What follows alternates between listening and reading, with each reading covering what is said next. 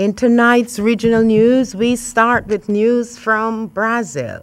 Former President Michel Temer has become the latest high-profile figure to be arrested in Brazil's long-running car wash corruption investigation, a development that has shaken financial markets and fueled fears of political uncertainty in the South American nation. Brazil's benchmark Bovespa index slipped 2.6% and the real dropped 1.5% after police swooped on Mr. Temer's Sao Paulo residence early on Thursday. Mr. Temer, who was replaced as president by Jair Bolsonaro on January 1, is the second former Brazilian leader to be arrested as part of the investigation, following the detention and subsequent conviction of Lula da Silva in April last year. Since 2014, the Lava Jato, or car wash, task force investigation into bribery and kickbacks at the state oil producer Petrobras has claimed the scalps of vast numbers of Brazil's political and business establishment. Mr. Temer had been the target of investigators throughout his presidency, but he was protected by official immunity until the end of his term on January 1st. The 78-year-old served between 2016 and 2018 after Dilma Rousseff was impeached on the grounds of administrative misconduct.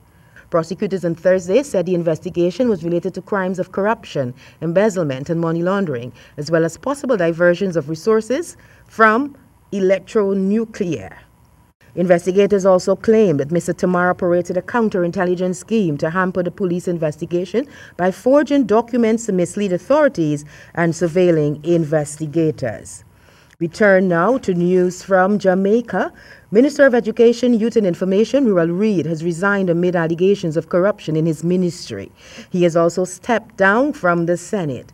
Prime Minister Andrew Holness made the announcement this morning, days after the opposition People's National Party called for an investigation into alleged cronyism, nepotism, and corruption in the ministry. In a brief statement, Holness said he met with Reid amid allegations in the public domain and, in keeping with the principles of good governance, requested and received his resignation. The minister's resignation will ensure that any investigation into matters of concern will not be in any way impeded by his presence or oversight of the ministry, the Prime Minister stated.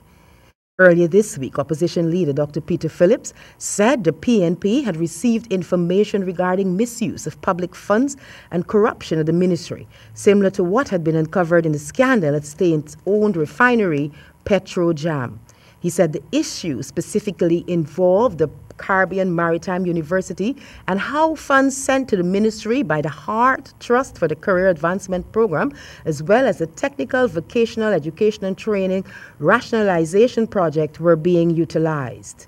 He said the situation was a clear case of misuse of public funds, and the allegations required further investigation by the authorities. And that's it for Regional News tonight. Back to you, Siobhan.